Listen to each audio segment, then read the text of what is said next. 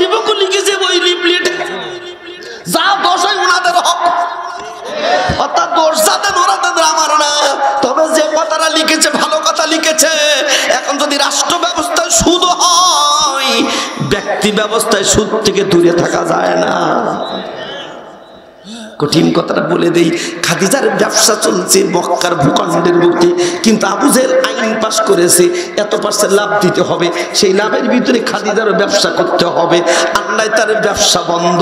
বাংলাদেশে যে ব্যবসাই করো না কেন, বাংলাদেশ ব্যাংকের সুদি কারবার মেনেই ব্যবসা করতে হবে, লেনদেন করতে হবে, আর নাই তোমার লেনদেন হবে না। তাহলে সব ফরজের বড় ফরজ এখন আমার মাথায় দিক তাকান, এটা কি জোর হলো না? এটা কি মাথা? এটা কি মাথা? এবার ধরি নেন 1 কাপ পানি, বেশি দেবো না, একটুখানি 1 কাপ দিয়ে বুঝাই, না বোঝালে বোঝা যাবে না। 1 কাপ পানি, 1 কাপ পানি এই জায়গাটা যদি দেই, এইভাবে যদি ভাই একটা দমকল পানি পর্যন্ত দেই, হাঁটুর মালাই দিয়া সুন্দর করে করে পানি আসতেই আছে, হাঁটুর মালাই দেশে আমি কিন্তু দাঁড়ায় আছি, বসে আছি, এখানে যদি কিয়ামত পর্যন্ত দেই, এই পানিকে জীবন মাথায় উঠবে? উঠবে? উঠবে। কারণ পানির গতি কোন দিকে? জোর হলো না? আরো জোরে বলেন, নিচের দিকে। এখন যদি এই পানিটা যদি মাথায় দেই, নিচের দিকে যাবে কি যাবে না? এই জন্য বাংলাদেশে যারা প্রধানমন্ত্রী রাষ্ট্রপতি হবে, এদেরকে কোরআন আলা বানাতে হবে। হাত উঁচু করেন, হাত উঁচু করেন। এই কোরআন যদি সংসদে না থাকে, জীবন ওষুধ থেকে বাঁচা যাবে না। এখন এখান থেকে আমরা ওয়াজ করছি, হাঁটু মালায় ঢেলতেছি, মসজিদে ঢেলতেছি, মাদ্রাসায় ঢেলতেছি, জম্মের ঢালা ঢালবো, কিয়ামত পর্যন্ত ঢালবো, কাজ হবে না। মাথায় যদি সুদের বিপক্ষে কোরআন আইন পাশ করে দেই, তাহলে এই নিচ পর্যন্ত সুদি ব্যাংক চলে। এখন সুদি ব্যাংক চালাই যারা, রাসূল বলছে আকিলু রিবা মুআকালাইহি ওয়া কাতিবাইহি ওয়া শাহিদাইহি, যে ব্যক্তি সুদ খায়, সুদ দেয়, সুদ খায়, বলেন সুদ, সুদ আবার দেয়, খায়, দেয়। আয়াত পড়েছি, শুনুন অর্থটা। আল্লাযীনা ইয়াকুলুনার রিবা, যারা সুদ খায়, ইয়াকুলু, যারা সুদ খায়। আচ্ছা ভালো কথা, আমি খাবো না, হুজুরের কাছ থেকে সুদের টাকা নে টুপি পনা বানাবো, আমি তো খাইনি। খাইছি পেটের মধ্যে তো যায়নি, আমি তো জামা কাপড় বানাইছি। কিন্তু সুদ খাওয়া মানেটা কি? মানে হলো যারা সুদি কারবার করে, যেমন খাইলে যেমন পেটের মধ্যে থেকে বের করা যায় না, সুদি কারবার যারা হয়, একবার যারা নেয়, তারা আর হালালি কাজে বের হতে পারে না। আল্লাযীনা ইয়াকুলু রিবা, যারা সুদ খায়, লা ইয়াকুমুনা ইল্লা কামা ইয়াকুমুল্লাযী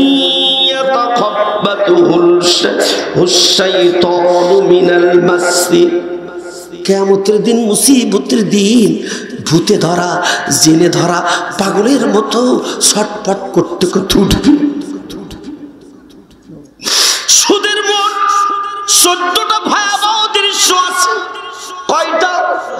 জোর হলো না? কয়টা? আপনাদের সবগুলো ব্যাখ্যা করবার সময় নাই, আমি শুধু টাচ দেব। সুদের ভিতরে 14টা নয় 16টা ভয়াবহ দৃশ্য আছে। এর প্রথম হলো, যারা সুদ খায় কিয়ামতের দিন মাতাল অবস্থায় ভূতে ধরা মানুষের মতো উঠবে। ডাইরেক্ট আল্লাহ বলেছে ভূতে ধরা মানুষের মতো উঠবে। যালিকা বিআন্নাহুম, কেন? এই জন্য যে ক্বালু, তারা বলে ইন্নামাল বাইয়ু মিসলুর রিবা।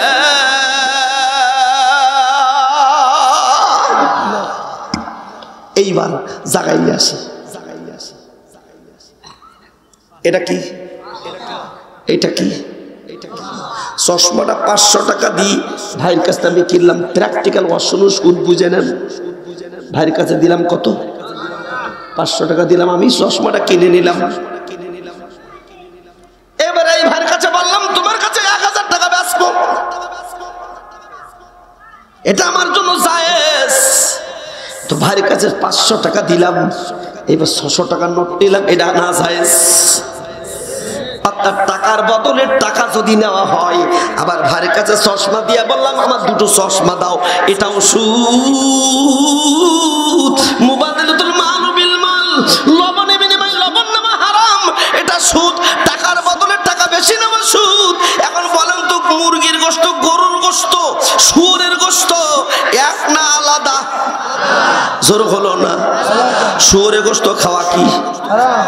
জোরে বলেন, আরো জোরে। এবার বললাম শুয়োর জবাই করার সময় বিসমিল্লাহ আল্লাহু আকবার, মাথা কিন্তু ঘুরবে। কেন হবে না? কেন মাথাটা কিন্তু থনবার করে গণবে? কারণ আমি হেদায়েতের নাহু পড়াই, ফাজেলও আবার কামেলও পড়াই, তাফসির জালালাইন পড়াই, তাফসির কাসির পড়াই। আমার সুযোগ একটু হয়ে যাবে চ্যাপ্টারে যখন এসে দেখলাম, চিন্তা করলাম কিছু কথা আজকে বলে যায়। তাহলে বিসমিল্লাহ আল্লাহু আকবার বলে শুয়োর যদি জবাই করি, এটা কি হালাল হবে না হারাম হবে? এমন কি শুয়োর জবাইয়ের সময় বিসমিল্লাহ আল্লাহু আকবার বললে সে কাফের হবে? কারণটা কি? হারাম কাজে বিসমিল্লাহ বললে কবিরা গুনাহ। যেমন চুরি করতে যাচ্ছে, যদি এই বলে চুরি করে, আল্লাহ তোর নামে চুরি করতে যাচ্ছে, তুই ঠাকাস, তাহলে এই লোকটা কাফের হবে। অর্থাৎ হারাম কাজে বিসমিল্লাহ বলা যাবে না। তাহলে মুরগির গোশত খাওয়া কি হালাল? জোর হলো না? গরুর গোশত খাওয়া কি হালাল? এবার আমার দিক খেয়াল করেন, এটা ধরে নেন মুরগি, এই হলো ছুরি, জবাই করলাম, বিসমি হরি বল,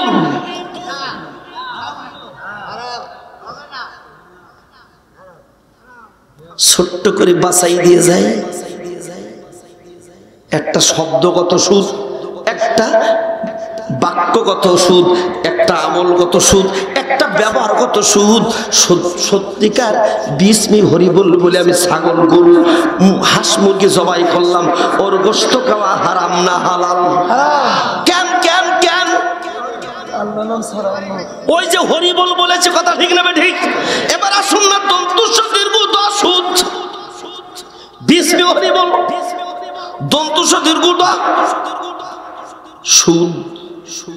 এই শব্দটা যদি তোমার ব্যাংকের লেনদেনের পিছনে থাকে, গোটা লেনদেনটাই হারাম। যত টাকা লাভ করো না কেন সবই হারাম। এখন খেয়াল করুন, হারাম হারাম ব্যবসায় যদি মুনাফা অর্জন করো সেটাও হারাম, হালাল ব্যবসায় যদি মুনাফা অর্জন করো ওটা হালাল। আল্লাহু আকবার বলেন। এবার আমার দিক খেয়াল করেন, একজন লোক বিয়ে করেছে, ঘরের মধ্যে গেছে, মেলামেশা করেছে, ছেলে হয়েছে, বিয়েটা বৈধ না অবৈধ? জোর হলো না? বৈধ। বিয়ে করেছে, মেলামেশা করা কি হয়েছে? বৈধ। সুবহানাল্লাহ বলেন। ছেলেটা হয়েছে বৈধ না অবৈধ? বৈধ। আর একজন ব্যক্তি বিয়ে করে নাই, ঘরের মধ্যে যে মেলামেশা করেছে, কিন্তু পরের মেয়ে লোকে ঘরের মধ্যে যে মেলামেশা করেছে, এই মেলামেশা বৈধ না অবৈধ? ওটা ছেলেটা হয় যদি ওটা কি, তাহলে সুদের মাধ্যমে আয়টা পুরোপুরি অবৈধ, হারাম। টাকা দিয়া যদি টাকা লাভ করে, নামাজ পড়ার দরকার হবে না। এবার দেখো, সুদের ভিতরে 14টা ভয়াবহ দৃশ্য, তার 1 নম্বর হলো, আসুন না 1 নম্বর দৃশ্যটাকে একটু খেয়াল করুন। আল্লাহ বলছে, শোনো, যারা সুদ খাবে তারা যেন রেডি হয়। ফাইলাম তাফআলু ফাআযানু বিহারবিম মিনাল্লাহি ওয়া রাসূলিহি।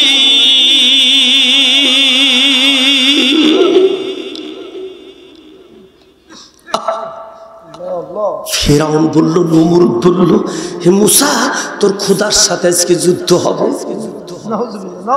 কে বলল? ফেরাউন। জোরে বল, কে বলল? জোর হলো না? নমরুদ বলল, মুসা, নমরুদ বলল, ও ইব্রাহিম, তোর খোদার সাথে যুদ্ধ করবে, তোর খোদার ডাক। কার সাথে যুদ্ধ করবে? কে বলছে? জোর হলো না? ফেরাউন বলছে, নমরুদ একই কথা। ফেরাউন বলছে, মুসা, তোর আল্লাহর ডাক, তোর আল্লাহর সাথে যুদ্ধ করবো বলে বিরাট বড় সাদ বানাইছে। আমি আয়াত বলে সময় নষ্ট করে সময় পাবো না বলে বলছি না, শুনুন। এখন উপরে উঠে ছাদের পরে যাইয়া এমন যাবে তীর মেরেছে আল্লাহর দিকে, তীরের ভিতরে আল্লাহ বলছে ও ফেরেশতা জিবরাইল এখনই যা একটা কাকের গোশত লাগাইয়া দে, এমনকি নাড়ি ভুড়ি লাগাইয়া দে। নাড়ি ভুড়ি লাগাইয়া দিল, শুধু এরপরে রক্ত লেগে আসলো, তীরটাই রিটার্ন আসলো উপরে ছাদের পথ উপরের দিকে। আল্লাহকে মারতেছে, কাকে? কে মারতেছে? এই ফেরাউনের সাথে কেউ থাকতে রাজি আছেন? কারা কারা নাই দু হাত নাড়াই বলেন আমার ফেরাউনের সাথে নাই হাত নাড়ান। আমরা ফেরাউনের সাথে। উপর দিকে তীর মেরেছে, রক্ত আর নাড়ি ভুড়ি আসছে। এবার ফেরাউন বলছে মুসা দেখ তোর আল্লাহ শেষ। নাউজুবিল্লাহ বলেন। বলছে কি করে চাও? বলে আল্লাহরে গুলি মারেছি, তীর মেরেছি আল্লাহর, বুক বাস্ত শুধু হয়নি, নাড়ি ভুড়ি আমার সাথে এসেছে। তাহলে আল্লাহর যারা খাটো যুদ্ধ করে তীর মারে তারা কি দোজকি না জান্নাতি? এবার নমরুদ বলছে তোর আল্লাহর বিরুদ্ধে লড়াই করব। ইব্রাহিম সালাম বলছে আল্লাহ বলে কি? বলে আমার সাথে যুদ্ধ পরে হবে, আমি একটা সৈন্য পাঠাবো। আল্লাহ বলছে আমার সাথে কি আছো সৈন্য হবা? আমি তো যাব না, এমনি যথেষ্ট। খোলা মশা বলতেছে, মশারা বলতেছে আল্লাহ তোমার যাওয়ার দরকার নেই। ওয়ালিল্লাহি জুনুদুস সামাওয়াতি ওয়াল আরদ, আমি চাই তোমার সৈন্য হব মশা, আমি নমরুদের খুশটি শুদ্ধ জায়গায় কাট করে ফেলবো। আল্লাহু আকবার বলেন। নমরুদ আল্লাহর সাথে যুদ্ধ করতে গেল, আল্লাহ পাঠালো মশা, খোলা মশা দিয়ে নমরুদের শেষ করলো। আল্লাহ বলছে যারা সুদ ছাড়বা না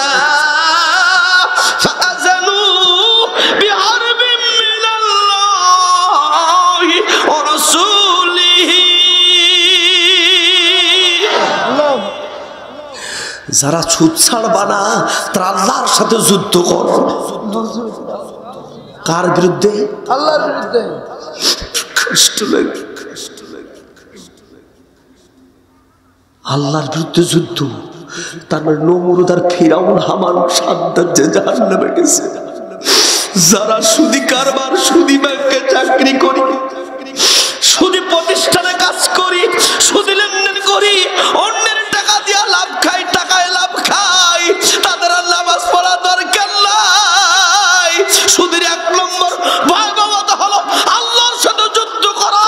ও মধুপুরের লোকেরা, তোমরা কি আল্লাহর সাথে যুদ্ধ করবা না রাসূলের আল্লাহর পক্ষে যুদ্ধ করবা না আল্লাহর বিপক্ষে লড়াই করবা?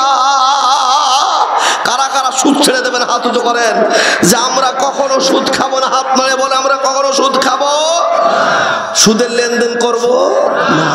সুদের এক নম্বর হলো আল্লাহর সাথে রাসূলের সাথে বিরুদ্ধে লড়াই করা।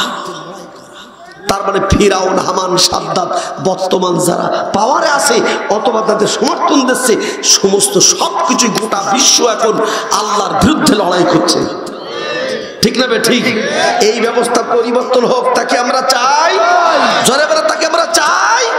এই জন্য আজকের কর্তৃপক্ষ আমার এই বিষয়টা দিয়েছে, সুদের যে ভয়াবহতা তার এক নম্বরটা।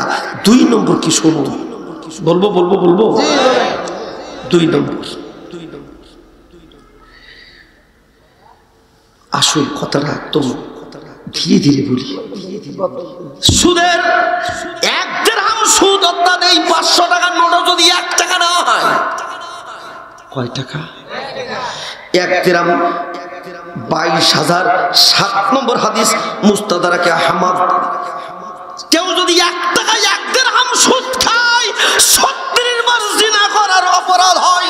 নাউযুবিল্লাহ। কয়বার? 70 বার।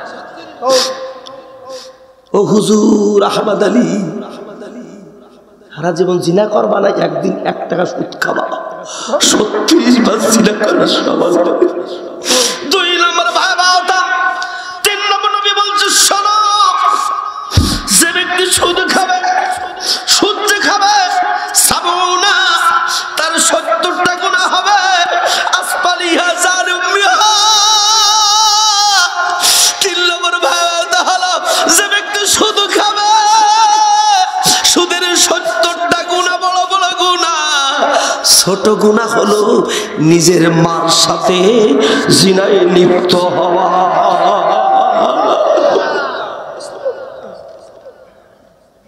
ও মায়েরা, তোমার ছেলেকে বুঝাও বাবা বেশি ভালো খাবো না। ও ভাইয়েরা, বাপকে বোঝাও, বাপ বেশি ভালো খাবো না, তুমি কম খাওয়াও, কম পরবো, কম জামা কাপড় কিনবো, কম টাকায় চলবো, কম ভাত খাবো, কম কষ্ট খাবো, তবু মার সাথে জিলে করবো না। সুদের 70টা গুনাহ, বড় বড় গুনাহ, ছোট গুনাহ হলো নিজের মার সাথে জিনা করা। এইটা যদি না ছাড়তে পারি বিপদ আছে না না। এবার আমার দিক খেয়াল করুন, মানুষ ফসল বনে, ফসল বুনে, ফসলের পাশে কিছু আগাছা হয়, আছে না নাই? আরো জোরে বলেন। এখন পাট বুনলেন, পাট বুনে ধুয়ে আসলেন, যেদিন পাটের চারা বের হয়েছে একই দিনই ঘাসও বের হয়েছে, আগাছা, ঠিক না বে ঠিক?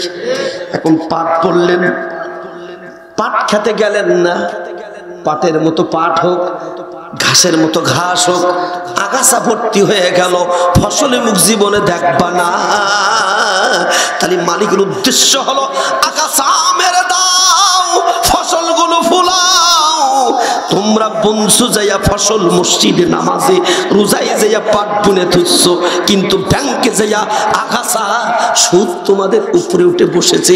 ও নামাজি, ও রোজাদার, তোমার ওই আগাছা দ্বারা নামাজ, রোজা, হজ, যাকাত সব নিচে পড়ে গেছে, ওটা আর কাজ হবে না।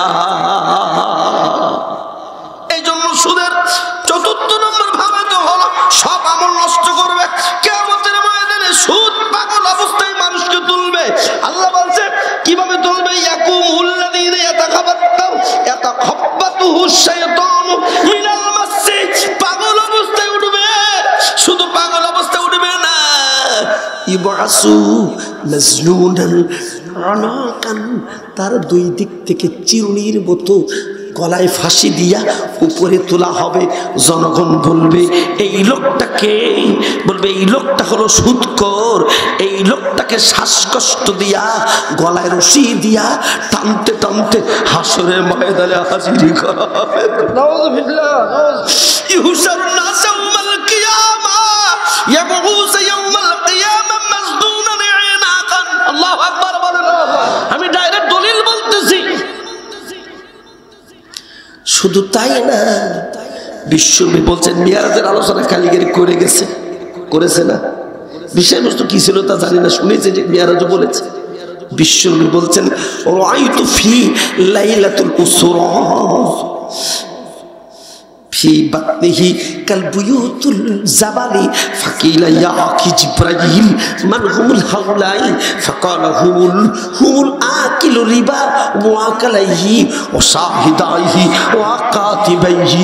নবী বলছে আমি মিরাজ রাত্রিতে দেখতে গেলাম, জাহান্নামের মধ্যে দেখতে গেলাম, যায়া দেখি ওরে বাবা একদল মানুষের ভুঁড়ি 3 কিলোমিটার থেকে আরো বড়, বিরাট বড়, হাড়ি নয়, উহুদ পাহাড় পরিমাণ তার ভুঁড়িটা। এই ভুঁড়ির চতুর্দিক থেকে দেখতে পাচ্ছি ওর ভিতরে 5000 অজগর সাপ।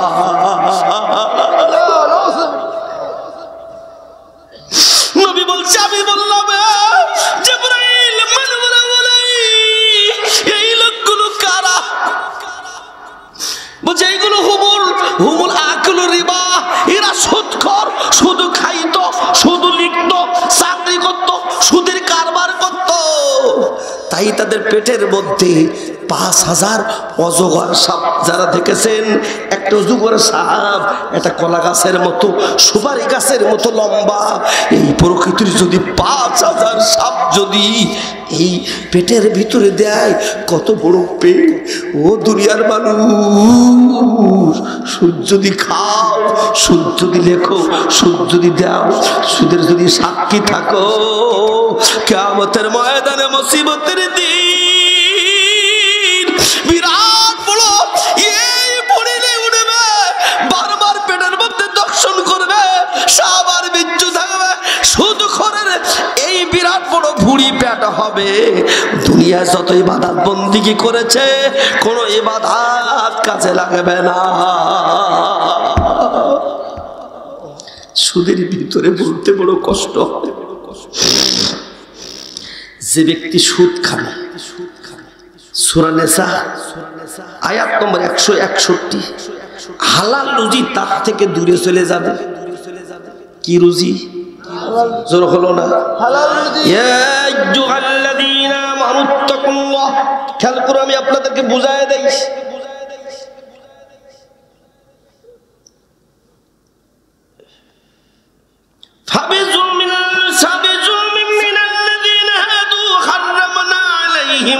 طيبات أحلت لهم بصدهم عن سبيل الله كثيرا وأخذهم الربا وقد نهوا عنهم الله أكبر বলেন। বলছে যারা সুদখোর তাকে এর পবিত্র খাদ্য থাকবে না। পবিত্র খাদ্য খাবার ডাক্তারে বলবে সকালে তুমি রুটি খাও তাও হাফ পিস। ওর হালাল যে রুজি ছিল ডায়াবেটিস শুরু হয়ে গেছে। কথা বল ঠিক না? ঠিক। হালাল রুজি তোমার যেটা ছিল, বাড়ির পাশে সিম গাছ হতো, এখন ভালোভাবে হয় না। ঠিক না? ঠিক। বাড়ির পাশে যে সমস্ত লাউ গাছ হতো এখন আর ভালোভাবে হয় না। কারণটা কি? কারণ হলো একটাই, সুদি কারবার বাংলাদেশে বেড়েছে না কমেছে? ঘরে ঘরে আছে না নাই? এই সুদি কারবার যখন করবে তখন হালাল রুজি কমে যাবে। এরপরের শব্দ হলো দুর্ভিক্ষ টেনে আনবে যেই জায়গাটা। এরপরে মুস্তাদরাক হামামে 17822 নম্বর হাদিস, মা মিন জহরার রিবা ওয়াজ জিনা, যখন সুদ আর জিনা বেড়ে যাবে কত হালা আযাবুল্লাহ, ওই সমাজে আযাব শুরু হবে, অতি শীত হবে, অনাবৃষ্টি হবে, ওই সমাজে দুর্ভিক্ষ বেড়ে যাবে, গজব চলে আসবে। এইজন্য প্রতিদিন নামাজের মধ্যে বলো গায়রিল মাগদুব, বলেন গায়রিল মাগদুবি আলাইহিম ওয়ালাদ-দাল্লিন।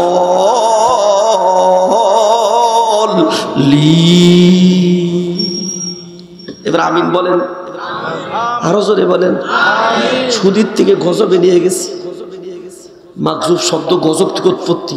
গজব প্রাপ্ত যে সুদখোর অবধারিত সে গজব পাবে, তার পাওনা কি সেটা ঘোষণা করছি পরে। কিন্তু প্রতিদিন আমরা সূরা ফাতিহার মধ্যে বলে আল্লাহ যে পথে গজব প্রাপ্ত ইহুদি সুদখোর আছে, ঘুষখোর আছে, এদের পথে আমাদের নিও না। আমরা সুদ আর ঘুষ থেকে তোমার কাছে মাপ চাচ্ছি। আল্লাহু আকবার বলেন। সকালে ফজরের নামাজ পড়েছে, সুদ থেকে মাপ চাচ্ছি। কি থেকে? কোন সূরায়? বলেন বলেন বলেন। একটু আগে কোন সূরা পড়লাম? 5 ওয়াক্ত নামাজের সূরা পড়লি না পড়লি কি নামাজ হবে? 10টার পরে ব্যাংকে ঢুকে লিখতেছে দন্তস্বরূপ সুদ দুবা কত 10%। ফজরে পড়লো নামাজ, ফজরে কি পড়লো? ব্যাংকে কি করতে গেছে? রোজের উপায় কি? হ্যাঁ, উপায় একটাই, ব্যাংক তো পাল্টাতে পারবা না, তাহলে এমন ব্যাংকালা বানাবা যেই লোকটা সুদের কারবার তুলে দেবে। যেমন ইরানে ব্যাংকে সুদ নাই, আফগানিস্তানে ব্যাংকে সুদ হারাম করে দিয়েছে, তাহলে এমন সরকার বানাবা যারা ব্যাংকে সুদ উঠায় দিয়া মুনাফা লিখে তোমার সাথে কারবার করবে ব্যবসায়ী ভিত্তিতে। এই জন্য ব্যবসা হালাল, সুদ হলো হারাম। আল্লাহু আকবার বলেন। তাহলে দন্তুস্ব দীর্ঘ দ সুদ। কি বললাম? বলেন দন্তুস্ব দীর্ঘ, সবাই বলেন দন্তুস্ব দীর্ঘ দ কি হয়? এইটা মার সাথে জিনা করা। কার সাথে জিনা করা?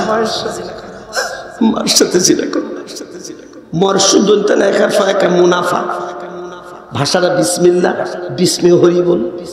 একটা ভাষাগত বিস্মি হরি বল, মুরগির গোশত গরুর গোশত খাওয়া হারাম, আর বিসমিল্লাহ বলবো মুরগির গোশত খাওয়া কি জোরে বলেন হালাল। বিসমিল্লাহ বলে আল্লাহু আকবার বলবো, গরুর গোশত খাওয়া কি, ছাগলের গোশত খাওয়া কি। তাহলে বোঝা গেল শব্দগত হারাম আর হালাল।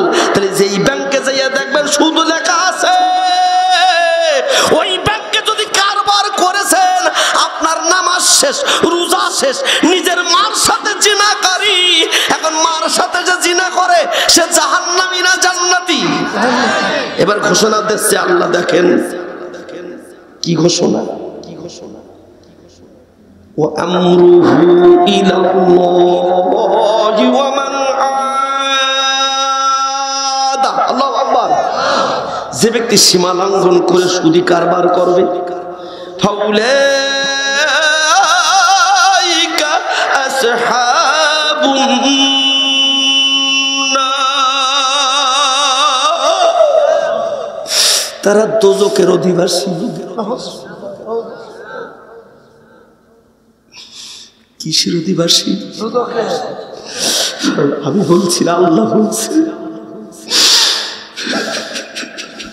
আল্লাহ, আমি যদি নিজে শুধু না খাই, আজকের যারা কমিটি এই অঞ্চলে মাহফিল শ্রোতা, আল্লাহ গো তোর কাছে দাবি জানাই, তুই তো জানবি আল্লাহ, আজকের দিকে যা খেয়ে ফেলেছে মাবুদ, তুমি মাফ করে দাও, এখন থেকে আর শুধু খাবো না।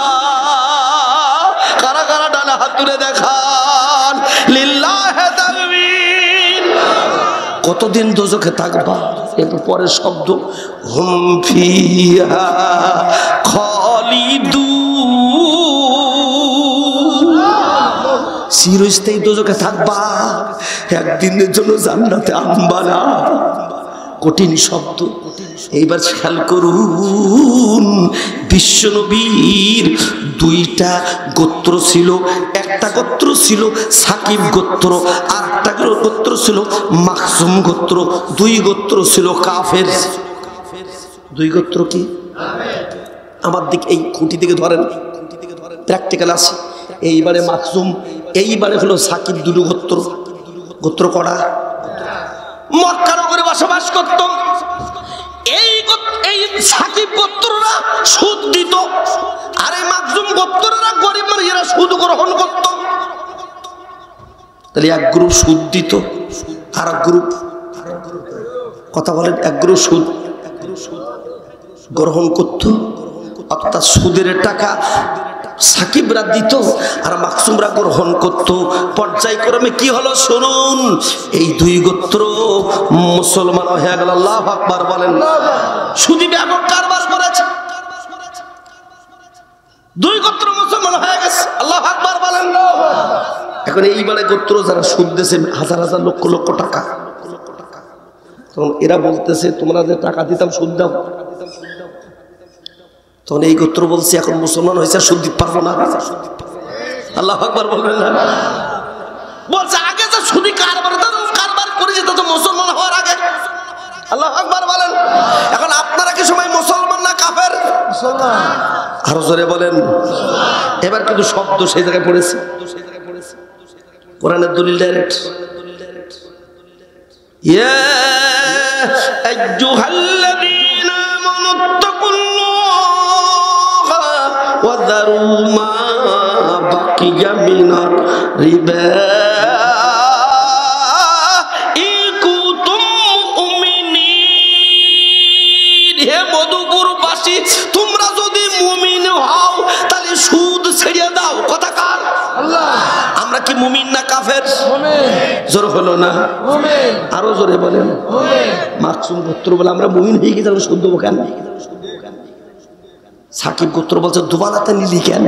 অবদাসেরও দেওয়া দোয়াই লাগবে। বিশ্বনবী মক্কা ছেড়ে মদিনায় চলে গেছে। মক্কা দখল করে মক্কার গভর্নর নিযুক্ত করেছে উত্তাবা রাদিয়াল্লাহু তাআলাকে গভর্নর বানিয়েছে। এইবারে সাকিব গোত্র যে উত্তাবার কাছে সালিশ দিল, হে উত্তাবা, ইসলাম গ্রহণ করার আগে কারবার ছিল হাজার হাজার কোটি টাকা দিছি, এই মাকসুম গোত্রের একমুরা টাকা দিতে চাচ্ছে না, ওয়াদা ছিল টাকা দেওয়ার, বিচার করে দাও। মাকসুম গোত্রের উত্তাবা ডাকলো, ডেকে বলছে তোমার কি ওয়াদা ছিল? বলে হ্যাঁ। বলে ওয়াদা ছিল তো দিয়ে দাও। বলছে ওয়াদা তো ছিল, কিন্তু যখন ওয়াদা ছিল তখন ছিলাম আমরা কাফের, কিন্তু এখন তো মুমিন হয়ে গেছি। মুমিন হলে সুদ দিলু জ্বালা খালু যারা, ওরাও জাহান্নামে যাবে, আমরাও যাব, এটা হতে দিতে পারি না। এখন আমরা হই ভাইদের বিপদে ফেলবো কেন? আমরা দিলু তোরা জাহান্নামে যাবে, আমরাও জাহান্নামে যাব। উত্তাবা বলছে তাহলে কি করা যায়? উত্তাবা তখন চিঠি লিখলেন, চিঠি লিখে বিশ্ব নবীর কাছে পাঠিয়ে দিলেন। চিঠি লিখে বললেন, আল্লাহ নবী গো, এখন আপনি ইসলামী রাষ্ট্রের ভূখণ্ডের মালিক। এখন বনু সাকিব গোত্র মাকজুম গোত্রের সাথে লেনদেন ছিল মুমিন হওয়ার আগে। এখন এদের সুদির কারবারটা কি করব? এখন এরা বলছে দেবো কেন, মুমিন হয়েছে। ওরা বলছে মুমিন হওয়ার আগে তো চুক্তি ছিল দেবেন, এখন চুক্তি অর্জন করা পরশ। আল্লাহ নবী চিঠিটা পাইলেন, চিঠি পাই উপর দিকে ধরে বলছে, আল্লাহ এর সমাধান তো আমি দেব না, এর সমাধান দেবা তুমি আল্লাহ। নবীও সমাধান দিচ্ছেন না। চিঠি লিখেছে কে রে? উত্তাব। বলেন নাম কি? উত্তাবা রাদিয়াল্লাহু তাআলা। চিঠি লিখেছেন মক্কার গভর্নর কার কাছে? রাসূলের কাছে। জোরে বলেন কার কাছে? জোর হলো না, আরো জোরে বলেন। রাসূল সাল্লাল্লাহু আলাইহি ওয়াসাল্লামের কাছে চিঠি লিখেছে। আল্লাহ নবী চিঠি উঁচু করে ধরলেন, আর সাজেবের মালিক এদের অওদা ছিল, ওরা অতিরিক্ত লাভ দেবে, সুদ দেবে। এখন এরা বলছে দেব না, ওরা বলছে আমাদের দিতে হবে, এখন তুমি সমাধান দাও। সঙ্গে সঙ্গে আল্লাহ বলে দিল, জিবরাইল এই চিঠির উত্তর আমি আল্লাহ আমার চিঠি দ্বারা দাও। এই জন্য কোরআনকে বলা হয় চিঠি, আল্লাহর চিঠি। যালিকাল কিতাবু লা রাইবা ফি